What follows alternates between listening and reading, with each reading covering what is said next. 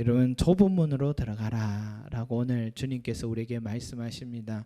여러분 우리 인생에는 두 개의 문이 있다 합니다. 두 개의 문이 있습니다. 하나는 좁은 문이요, 또 하나는 큰 문이 있다라고 그렇게 말씀하십니다.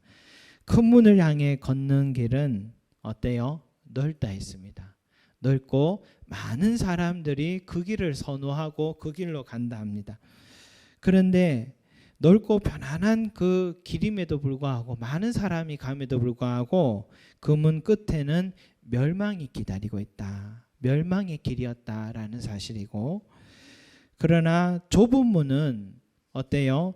좁은 문은 그 길도 좁습니다. 길도 좁고 길도 구불구불하겠죠.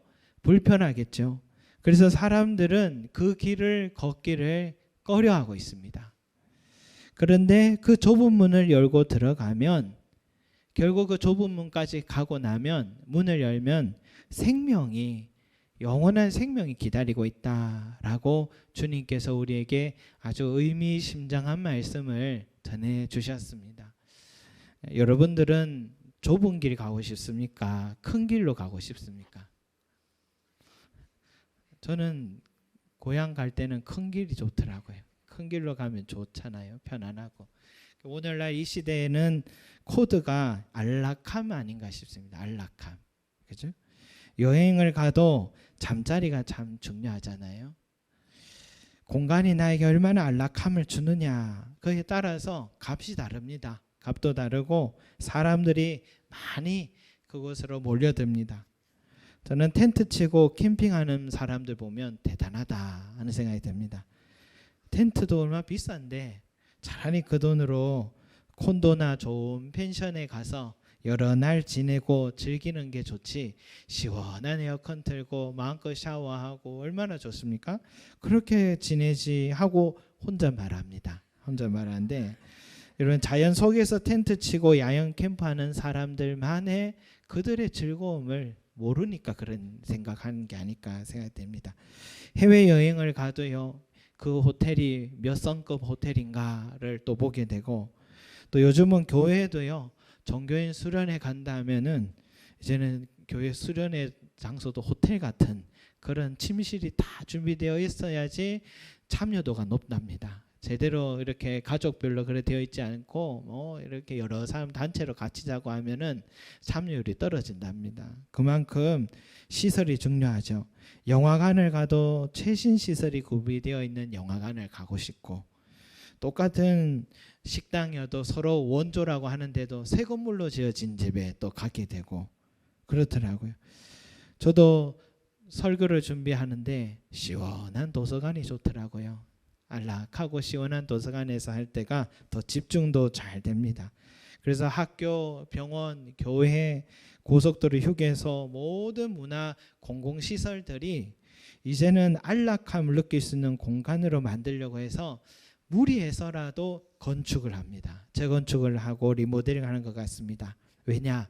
이 시대의 안락함은 코드이기 때문입니다. 우리 한국 사회는 이 안락함과 또 손잡고 있는 게 있죠. 빨리빨리 문화잖아요. 빨리 문화입니다. 나가서 장을 보지 않아도요, 집에서 휴대폰 하나로 다 시키면은 다 날아옵니다. 택배로 날아오고 다 가져다 주잖아요. 요즘은 로켓 배송이 있어서 오늘 시키면 오늘 밤에 옵니다. 오늘 새벽에 다음날 문 열면 나와 벌써 와 있을 정도입니다. 건축 문화는 어떻습니까? 이제 우리는 한 40년 썼다 하면은 왜 재건축 안 하나 하는 아쉬움이 생길 정도입니다. 그런데 유럽 사람들은 100년 이상 된 건물을 계속 불편한데도 불편하다 생각하지 않고 보존해서 사용한답니다. 그래서 유럽 사람들이 한국에 오면 정말 신기한 것은 기차를 집에서 다 예매를 하고 있는 그것이 너무 신기하고, 그리고 동사무소에 갔는데 서류를 떼는데 자기네 나라에서는 서류 한 장을 떼려면 일주일, 한 달씩 기다려야 되는데 우리나라는 현장에서 바로 뽑아주니까 너무너무 신기하다는 거죠. 그래서요, 우리나라는요, 굽이굽이 가는 길이 불편해서 산도 뚫고 백두대간도 다 뚫고 또 바다와 강이 있으면 세계적으로 긴 다리를 하고 또 놓고 바다 밑에까지도 뚫어서 지나갈 정도로 우리는 아주 빨리빨리 움직일 수 있도록 합니다. 얼마나 편하고 빠르고 시원하겠습니까?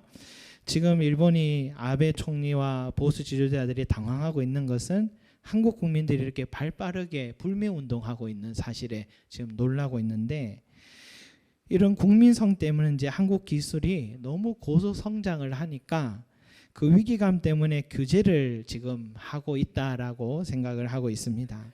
이런 시대에 특히 대한민국에, 특히 저와 여러분들에게 좁은 문으로 가라, 좁은 길로 가라, 여러분 이게 가능한 말씀일까? 그런 생각이 듭니다. 다른 건 몰라도 느림과 불편함을 추구하는 이 좁은 길, 좁은 문을 향해 걸어라 라는 것은 우리들에게는 좀 피하고 싶고 무리한 요구다라고 할 수 있습니다. 이런 말씀은 저기 유럽 사람들에게 해당되는 말씀이지 우리 한국교회 성도들에게는 답답하고 불편해서 못할 일인 것 같습니다. 그렇지만 여러분, 오늘 이 구절의 말씀을 우리가 끝까지 읽어봐야 될 것은, 우리가 굳이 이 말씀을 좀 뛰어넘고 싶고 피하고 싶지만, 그러나 이 말씀 끝에는 생명과 직결되어 있다라는 거 오늘 말씀 우리에게 말하고 있습니다. 불편하고 피하고 싶은 말씀이지만은 좁은 길과 좁은 문으로 가는 것은 나의 생명과 직결되어 있는 문제다라는 것을 우리가 피할 수가 없는 것입니다. 저는 전에도 말씀드렸지만 건강에 있어서는 아주 자신이 있었습니다. 건강한 줄 알았는데 그때 혈압을 측정해 보니까 150, 60이 나오는 모습을 보고 이 정도가 어느 정도인가 보니까 아주 심각한 단계라고 나오더라고요. 그래서 혈압에 있으면서 약을 먹지 않으면은 고혈압으로서 모든 장기들이 손상되고 합병증까지 온다고 하니까 더 덜컹하고 걱정이 되더라고요. 물론 오늘 죽어도 천국 간다는 확신이 있습니다. 그럼에도 불구하고 죽는다 하니까 너무 빠른 건 아닌가 이런 생각도 들더라고요. 그 이야기를 또 듣고 어느 집사님께서 저에게 혈압계를 선물로 사주셨어요. 그리고 절대 야식하지 말고 단 거 짠 거 먹지 말고 그렇게 주의를 받았습니다. 지금까지 그렇게 좋아했던 야식, 그렇게 좋아했던 단 거, 짠 거 얼마나 좋아하는지 모릅니다. 근데 그것을 하루아침에 끊으려고 하니까 얼마나 불편하고 힘든 일인지, 그리고 하루에 1시간씩 걷기를 하라고 하는 거예요. 그런데 안 걷다가 갑자기 걷기가 되겠습니까? 그런데 하더라고요. 왜? 생명과 직결되어 있다 하니까, 사람이 생명과 직결되어 있다 하니까 다시 한번 그 불편함을 감수해서라도 그것을 고쳐나가려고 노력하는 모습을 보게 됩니다. 그래서 요즘 저는 매일 체크합니다. 매일 체크하면 오늘도 정상이구나, 오늘 정상이구나, 이걸 확인하면서 내일도 노력해야지, 이렇게 도전을 받고 즐겁게 하루를 시작하고 있습니다. 여러분, 영적인 생활도 마찬가지입니다. 좁은 문 좁은 길로 가라라는 것은 뭐냐? 오늘 이 성경 말씀대로 정말 살아가는 것, 이것이 좁은 길이요 좁은 문으로 가는 것이라는 것입니다. 여러분, 성경 말씀대로 산다는 게 얼마나 불편하고 정말 부담이 되는 말씀들이 얼마나 많습니까? 주일마다 주일 성수를 드리라 했는데, 주일이 사실은 세상에서는 피크잖아요.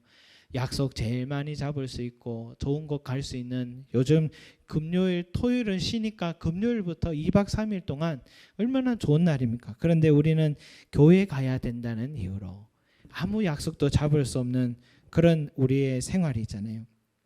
저도 주일날에까지 일을 하고 월요일 이렇게 쉴 때 어디 가보면은 다 문 닫았습니다. 박물관도 문 닫고 공공시설 문 닫고 있어서 놀 때도 남들 놀 때 같이 놀고 일할 때 같이 일하는 것도 좋겠다는 생각도 해봤는데, 여러분 주중에도 또 여러분들도 주말에도 어디 늘 시간을 따로 잡기 어려운 여러분들의 생활이 얼마나 불편합니까? 산에 가도 강에 가도 사람을 붐빌 때가 재밌지 사람도 없을 때 가면 재미도 없잖아요. 또 성경 말씀이 우리에게 정직하고 선하게 살라 하는데 남들은 다 거짓말도 할 줄 알고 또 자기 이속 다 챙기면서 살아가는데 혼자 정직하게 살겠다 하고 선하게 살겠다 하면서 그렇게 살면은 사실 그 사람만 손해 보는 거예요. 그런데 성경에서 그렇게 살라고 하니까 그렇게 살려고 하는 거예요. 손해봐도 하나님 갚아주시겠다고 감수하라고 성경은 자꾸 얘기를 하시는데 쉽지는 않습니다. 아브라함이 조카 롯에게 서로 땅 문제로 싸우게 되니까 네가 우하면 내가 좌하고 네가 좌하면 내가 우하리라.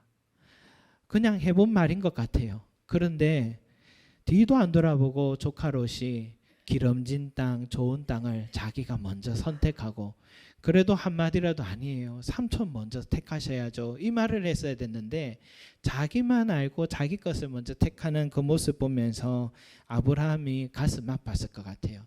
그래도 내가 하나님 아는 사람으로서 선하게 살라고 그랬던 건데 어떻게 세상은 저렇게 메모찰까 싶고 검은 머리 짐승 거두는 게 아니다 말이 맞구나 하는 생각이 들고 섭섭한 마음이 그에게도 많았으리라 생각합니다. 여러분 세상을 향해서 우리가 정직하고 선하게 산다는 이런 거예요.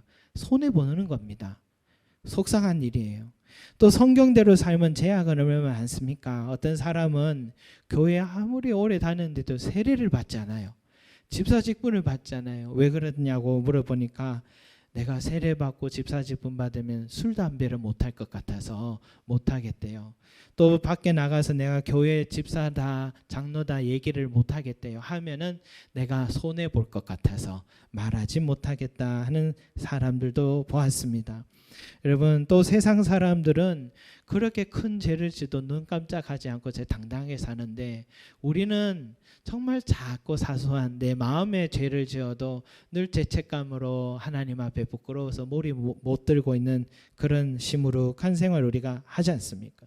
또 내 계획대로 살아보면은 또 달려나가면 빈손으로 돌아온 경험들이 또 있으니까 아이고 이제는 내 뜻대로 살지 말고 주의 뜻대로 살아야지 하는데 주의 뜻은 어떻게 사는지 잘 모르겠는 거예요. 주의 뜻은 늘 말씀과 기도 생활을 해야 되는데 그게 쉬운 일이 아니잖아요.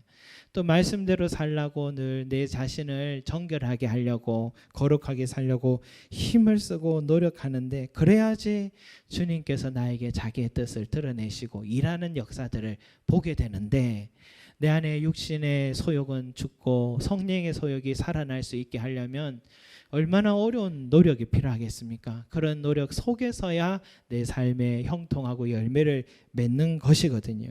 그러니까 주의 뜻대로 산다는 것이 얼마나 어려운지요. 믿음으로 산다는 것은 또 얼마나 어렵습니까? 내 주머니에 돈이 없어도 한숨 쉬지 않는 거 믿음으로 사는 거잖아요.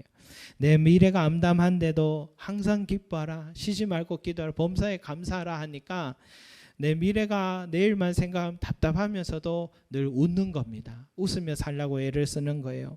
네 말한 것이 내 귀에 들린데 내 행하리라 하니까 불평하고 싶다가도 그런 말도 못하고 참아야 되는 겁니다.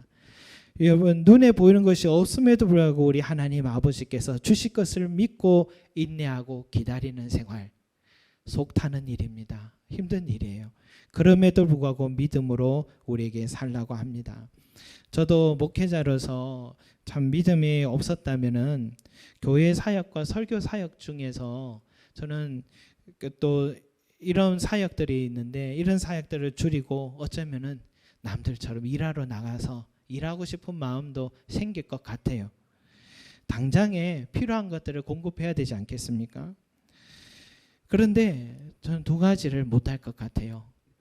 설교 사역을 계속 준비해야 되죠. 이러는데 다른 일까지 하게 되면 분명히 여기에 타격이 올 것을 또 생각하게 됩니다. 그래서 이 두 가지를 생각을 해보면서 그럼에도 불구하고 하나님이 책임져 주시겠지 하는 마음으로 이 교회 사역과 설교 사역에 집중을 해봤는데 쉽지는 않았어요. 그런데 지금까지 한 6년의 시간이 지났는데 하나님은 한 번도 외면하지 않으셨고 이 사역에 집중할 수 있도록 이 믿음대로 되게 도와주신 것을 지금도 경험하고 있습니다. 이런 목회자만 그렇습니까? 여러분들 일상생활 속에서도 그런 일이 많잖아요. 우리 교회 한 집사님이 학원 경영하시잖아요. 처음에 그 학원 경영을 할 때 로고를 만든다고 해서 저도 같이 동참을 했었어요. 로고를 만들었는데 로고 속에 십자가가 들어있는 거예요. 집사님, 이 로고는 아닌 것 같습니다. 이건 교회 로고지 학원 로고로는 옳지 않은 것 같습니다. 그런데도 본인은 이걸 하고 싶대요. 그래서 그러신가, 왜 그런가 보니까 하나님이 알아서 하시겠죠 하고 시작을 하신 거예요. 이 모든 일은 하나님이 하신 것이라는 그 믿음으로, 그 감사함으로 그 로고를 택한 것 같아요. 그 믿음대로 계속 일하시는 것을 저는 옆에서 보게 됩니다. 여러분, 내 생활 속에서 하나님의 뜻과 세상의 원리 둘 중에 선택하는 순간들이 항상 우리에게 찾아옵니다. 좁은 문을 향해 걷는다는 것, 좁은 길을 향해 걷는다는 것은 바로 이런 세상의 것, 내 뜻과 하나님의 뜻, 이 둘 중에 분명히 손해볼 것을 뻔하게 보고 알고 있음에도 불구하고 하나님의 뜻과 기뻐하는 것을 택하는 그것, 그 순간이 바로 좁은 길을 걷는 것이요 좁은 문을 향해 걸어가는 것입니다. 여러분, 생명의 역사는 바로 거기서부터 시작되는 것입니다. 산상수훈 말씀에도 끊임없이 우리에게 좁은 길을 가라고 하시는 말씀들입니다. 용서하라, 용서하라. 주기도문에도 용서하라 나와 있는데 그 뒤에 또 용서하라고 자꾸 얘기하시는데요. 여러분, 용서하는 게 얼마나 어렵습니까? 살아가면서 화날 일들이 많잖아요. 세상에 날강도 같은 사람들 너무 많아요. 저희도 최근에 어머니께서 병원 생활을 이렇게 하시는데 같은 병원에서 다른 병원으로 옮겼는데, 아니 같은 병원인데 장소만 옮겼을 뿐인데 3주 있어서 지금 또 다른 곳에 옮기게 돼서 퇴원을 하는데 3주 지났는데 그 병원비가 또 700이 나온 거예요. 제가 있어봤는데 의사 선생님 한번 찾아오는 날이 없었습니다.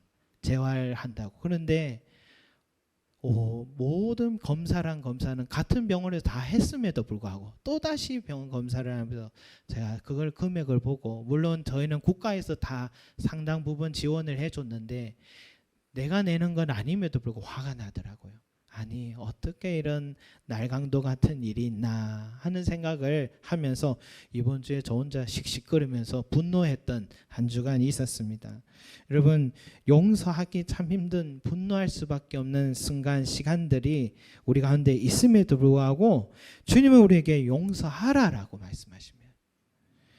얼마나 어려운 일입니까? 그럼에도 불구하고 우리에게 오늘 산상수훈 말씀은 용서해라, 용서하라고 우리에게 말씀하고 있습니다.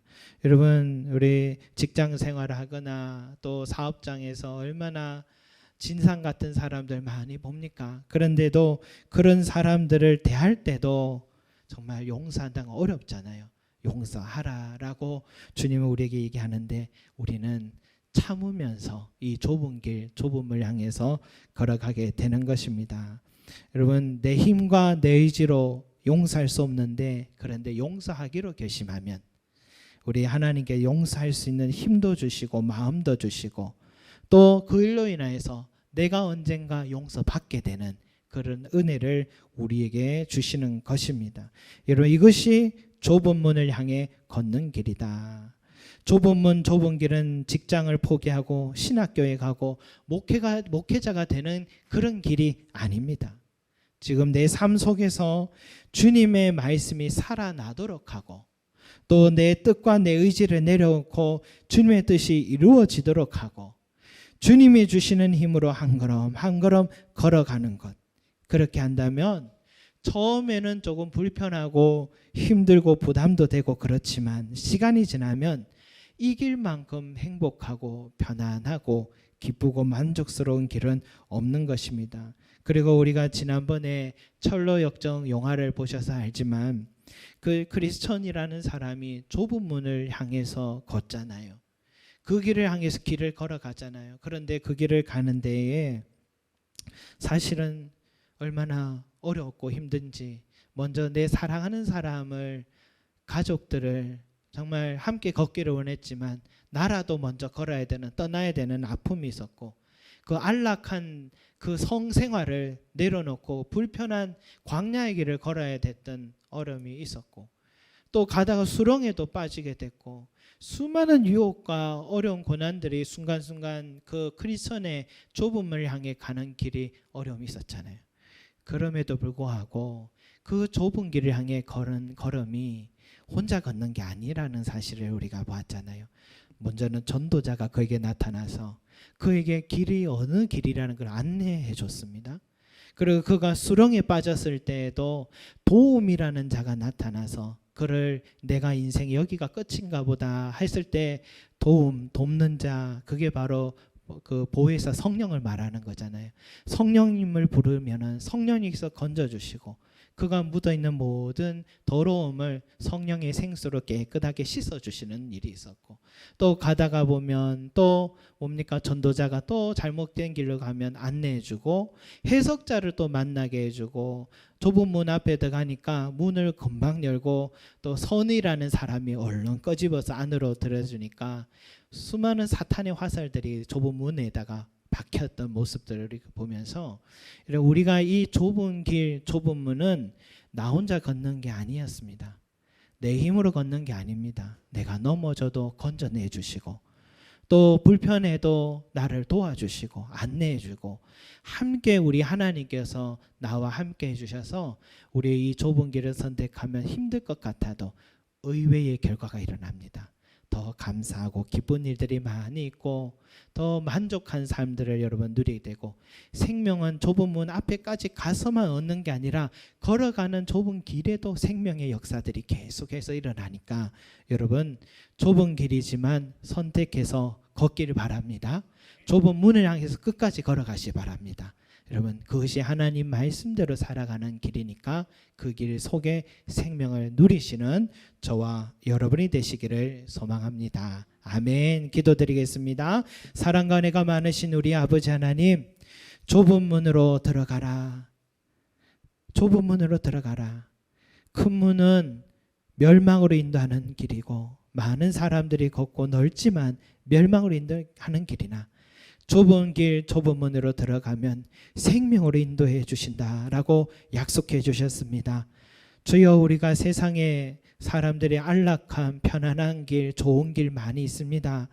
어떤 것을 하는 것이 좋은 것인지 저희들도 알고 있습니다. 그러나 그것들을 다 내려놓고 주의 뜻대로, 주의 말씀대로 살아가려고 오늘도 결심하며 주님 말씀을 의지합니다.